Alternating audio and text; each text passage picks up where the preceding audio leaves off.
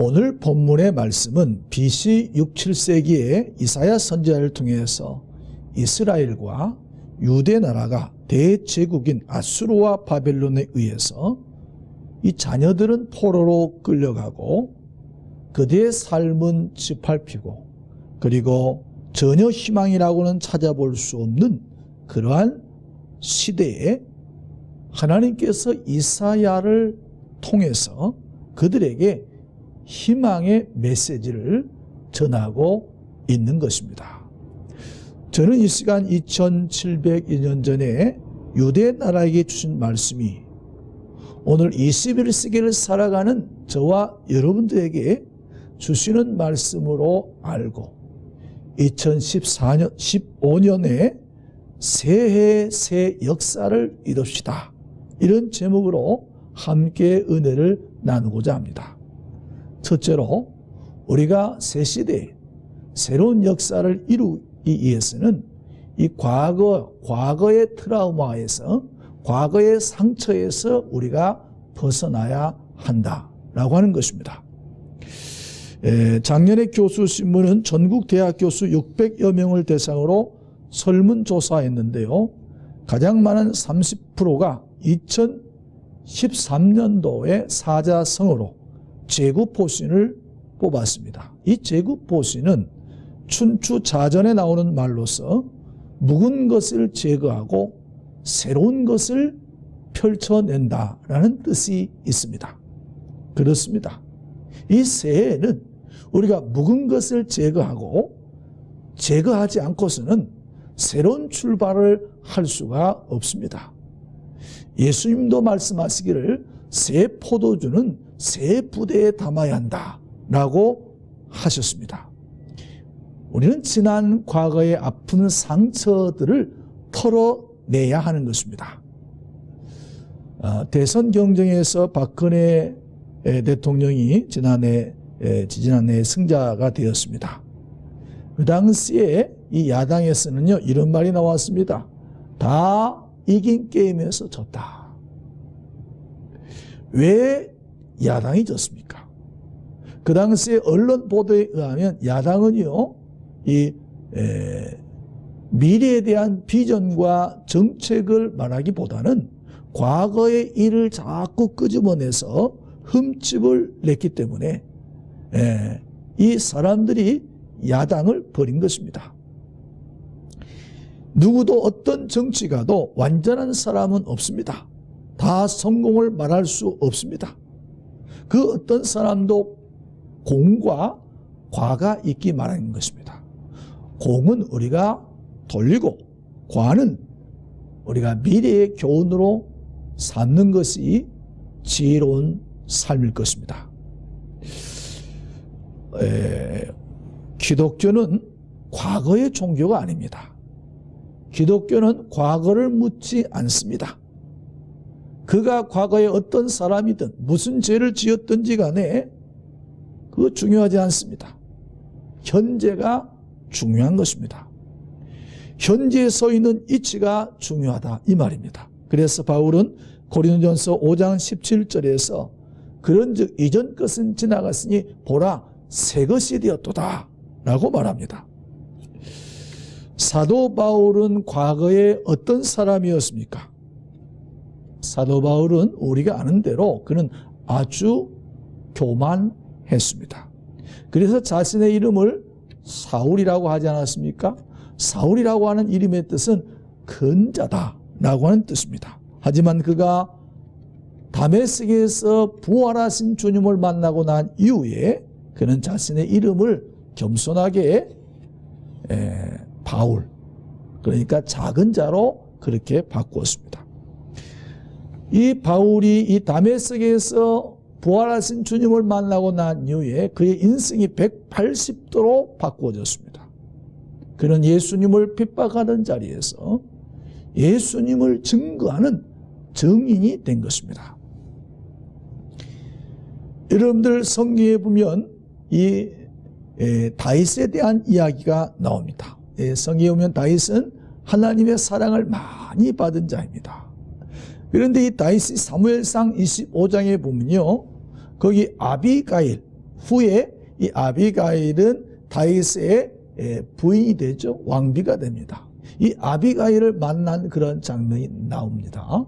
거기 보게 되어지면 그 당시에 이 다윗이 말입니다, 이 다윗을 따라다니는 사람들과 함께, 이 부하들과 함께 여러분들 다윗이 황야에서 떠돌이 생활을 했습니다. 그러니까 이 황야에서 떠돌이 생활하니까 먹을 게 없어요.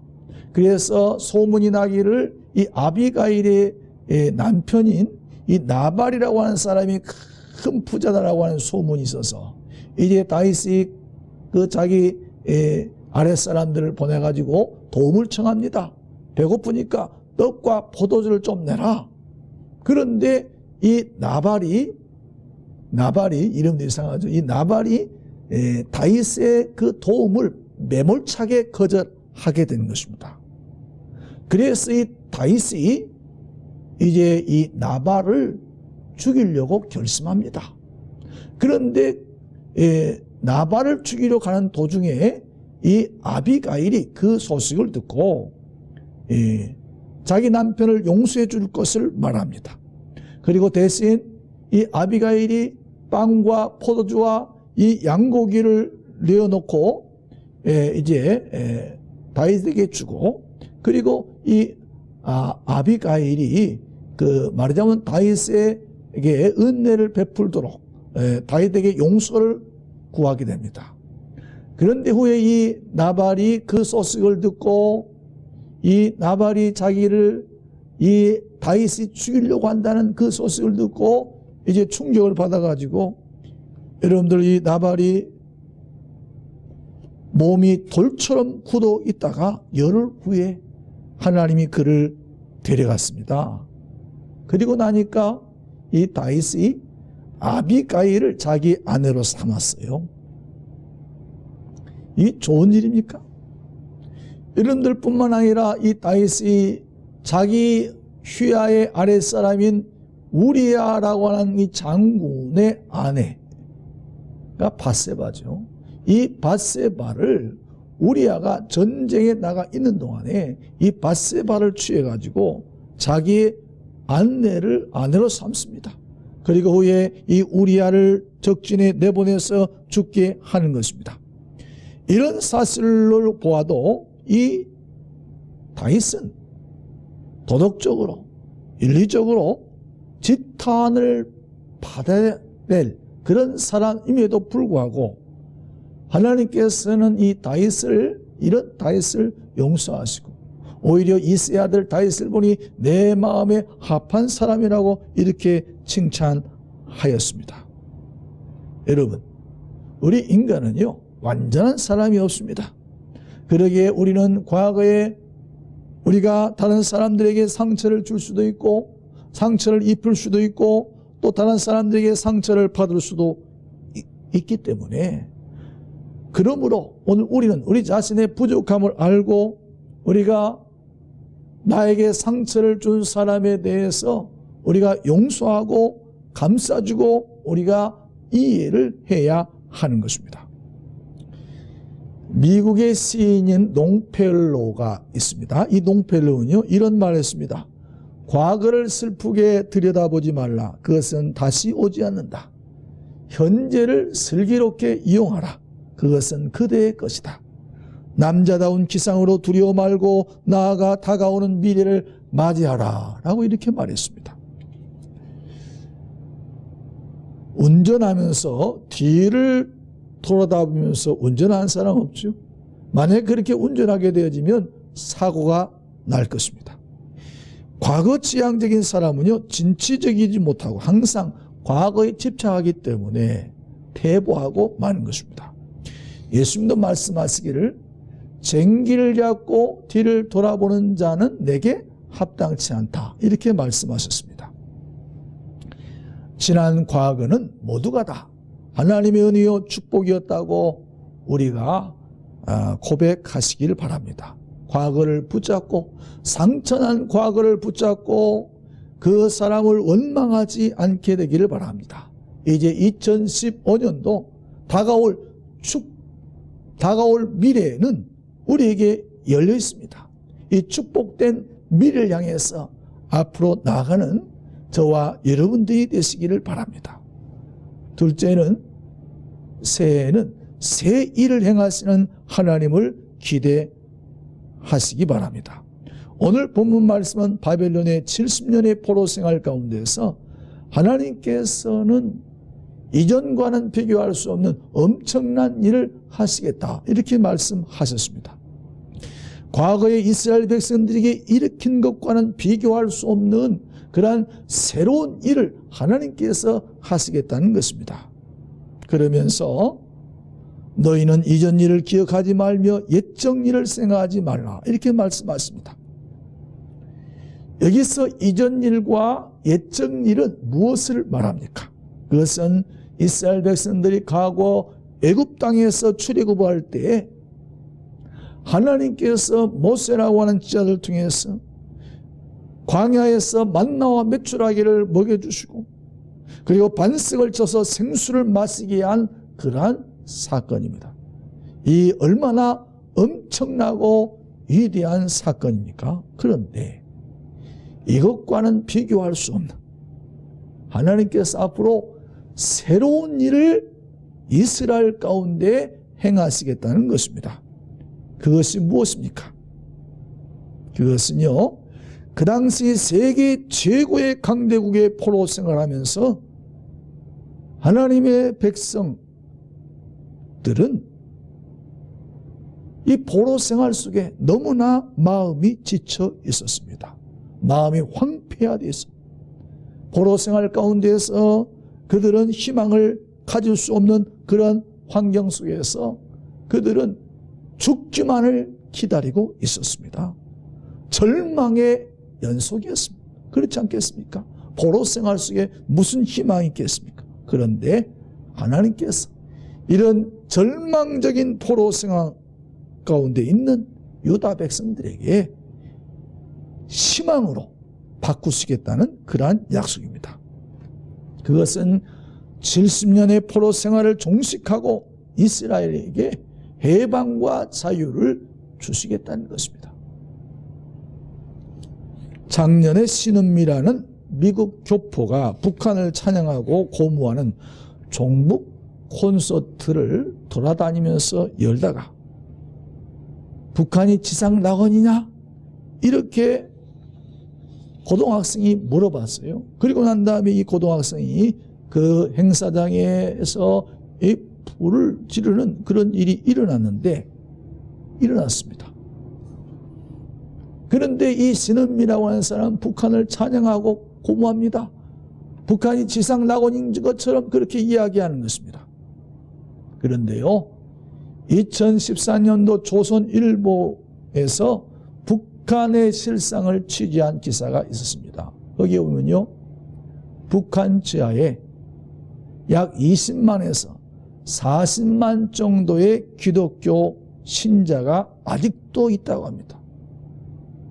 이들은 북한에서 지하에서 예배를 드리는데 만약에 예배를 드리다가 들키면 여러분들 정치범 수용소에 들어가서 죽을 때까지 나오지도 못하고 그리고 거기서 사형을 당한다고 하는 것입니다. 그 영상에 나오는 그 여인은요, 이런 말을 했습니다. 북한의 사회에 대해서. 이 나라는 독재 정치가 살판을 쳐서 수많은 사람이 굶어 죽고 감옥에 들어가 매 맞고 병에 걸려도 약을 쓰지 못하고 죽고 있다. 그러면서 하나님 아버지시여, 당신의 아들 딸들이 죽어가고 있는데 왜 구원의 손길을 주지 않으십니까? 라고 탄식했습니다. 저는 하나님께서 북한 지하에서 눈물의 기도를 드리는 북한 신자들의 기도를 외면하지 않으신다고 봅니다. 지금요, 북한 안에서 이 빈부격차가 엄청나게 심해가지고 이 북한 주민의 불만이 최고조에 이르렀다고 합니다. 철옹성 같은 여리고성이 무너진 것처럼 북한의 붕괴가 눈앞에 있는 것입니다. 하나님께서 2015년도에 하나님께서 우리 민족에게 상상할 수 없는 엄청난 새 일을 행하시리라고 생각하는 것입니다. 플로린스 케네디는 이런 말을 했습니다. 가장 큰 제약은 엉덩이를 붙이고 앉아있는 것이다. 그렇습니다. 새해가 왔다고 새날이 나에게 주어지는 것이 아닙니다. 여러분들, 새해는요, 하나님의 말씀을 붙잡으시기를 바랍니다. 불황이라고 낙심하지 않게 되기를 바랍니다. 주저앉지 마세요. 미래는 전진하는 자의 것입니다. 하나님께 기도하면서 새로운 일을 계획하고 새로운 일들을 시도할 수 있기를 바랍니다. 하나님은 이스라엘 백성들에게 물으셨습니다. 너희가 그것을 알지 못하겠느냐? 보라, 내가 새 일을 행하리니 이제 나타낼 것이라. 너희가 그것을 알지 못하겠느냐? 내가 반드시 광야의 길을, 사막의 강을 내리니. 사랑하는 성도 여러분, 앞길이 막막하고 캄캄합니까? 답답한 가슴에 목이 마릅니까? 2015년도 새 일을 행하시는 하나님을 기대하시기를 바랍니다. 광야의 길을 내시고 사막에 샘이 솟게 하시고 사막에 강을 내시는 하나님을 믿으시기를 바랍니다. 셋째로, 작은 자가 천을 이루고 약한 자가 강국을 이루는 그러한 꿈과 비전을 갖게 되기를 바랍니다. 우리가 잘 아는 삼중고에 시달린 헬런 켈러는요, 소경 기머거리 벙어리였습니다. 그러나 그녀는 자신이 살았던 세대의 사람들에게 뿐만 아니라 오늘날 우리 세대에 엄청난 영향을 미친 인물입니다. 어느 날 방송국의 앵커맨이 질문했습니다. 헬런 켈러 여사님, 눈이 안 보인다는 것보다 더 불운한 일이 있을까요? 이분이 잠시 눈을 감고 생각하다가 이렇게 대답했습니다. 소경이라는 장애보다도 더욱 궁색한 것은 눈을 가졌으나 비전이 없는 것입니다. 눈을 가졌으나 비전이 없는 것입니다. 헬런 켈러는 신체적으로는 앞을 못 보는 시각장애인이었으나 정상적인 시각을 소유하고 있었던 많은 사람들보다도 더 큰 비전과 꿈을 가지고 있었고 그 꿈을 이룬 위대한 인물이었습니다. 잠언서 29장 18절에 보면 이런 말씀이 있습니다. 묵시가 없으면 백성이 방자히 행하거니와 율법을 지키는 자는 복이 있느니라.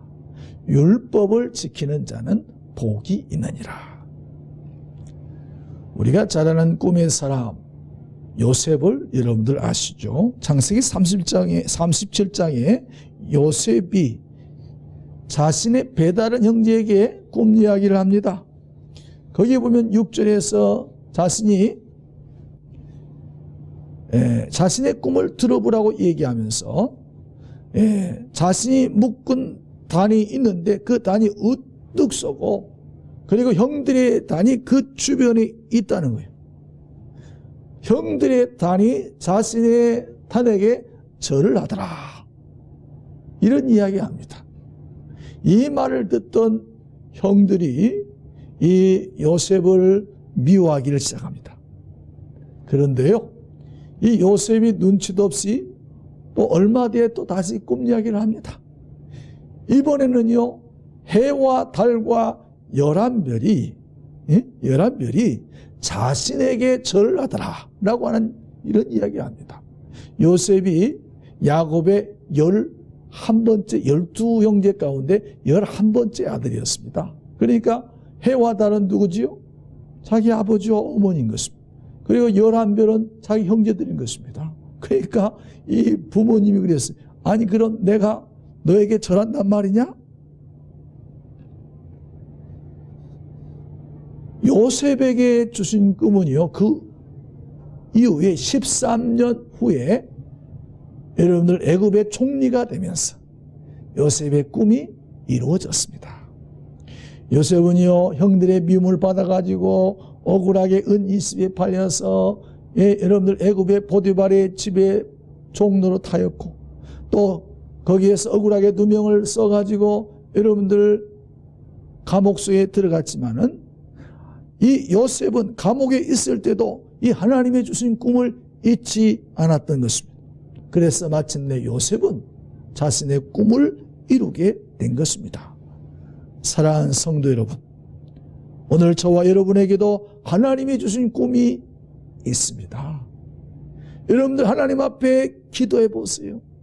말씀을 가까이 해 보세요. 하나님께서 여러분들에게 꿈을 주실 것입니다. 여러분들 그것이 무엇이겠습니까? 오늘 하나님께서 나와 내 가정 그리고 교회를 통해서 우리에게 주실 위대하고 아름다운 일들을 2015년대에 기대하시기를 바랍니다. 본문 22절에 보니까 그 작은 자가 1000명을 이루겠고 그 약한 자가 강국을 이룰 것이라. 때가 되면 나 여호와가 속히 이루리라. 작은 사람도 큰 일을 할 수 있습니다. 작은 교회라고 낙심하지 마세요. 언제나 작은 것이 아닙니다.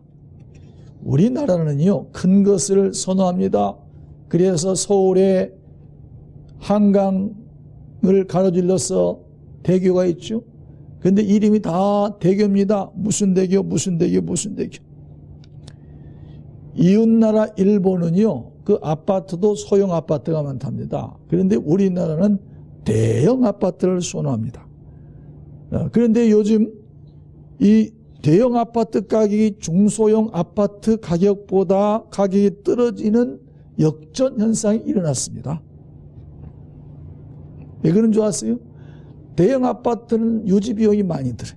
그래서 요즘 경기가 안 좋기 때문에 사람들이 다 소형 아파트, 중소형 아파트를 선호한다는 것입니다. 영국이나 이탈리아에 가도요, 대형 승용차가 별로 많지 않습니다. 왜냐하면 거기는요, 거리가 전부 다 이 도로가 좁습니다. 그래서 이 소형 승용차를 타고 다니는 것을 볼 수가 있습니다. 우리나라 대표 기업인 삼성이요, 지금은 세계적인 기업이 되었습니다만 처음부터 그렇게 대형 기업이 된 것이 아닙니다. 삼성도 제일 처음에 시작할 때는요, 이 사카린 아십니까? 이 사카린으로부터 이 삼성이 시작되었습니다. 삼성그룹 회장인 이건희가 1993년 6월 프랑크푸르트에서 이렇게 말했습니다. 국제화 시대에 변하지 않으면 영원히 인류나 2.5류가 될 것입니다. 마누라와 자식 빼고 다 바꿉시다. 그래가지고 여러분들 이 건희 회장이 취임한 이후에 매출이 1987년과 비교해서 39배, 수출은 25배, 시가총액은 303배나 늘어서 글로벌 기업으로 성장했습니다. 여러분들 하나님께서 오늘 우리 각자에게 주신 새해의 꿈을 잊지 마시고 꿈을 이루기 위하여서 수고하고 노력하고 그리고 애쓰고 기도한다면 반드시 우리의 삶 속에 기적을 이루는 한 해가 될 것입니다.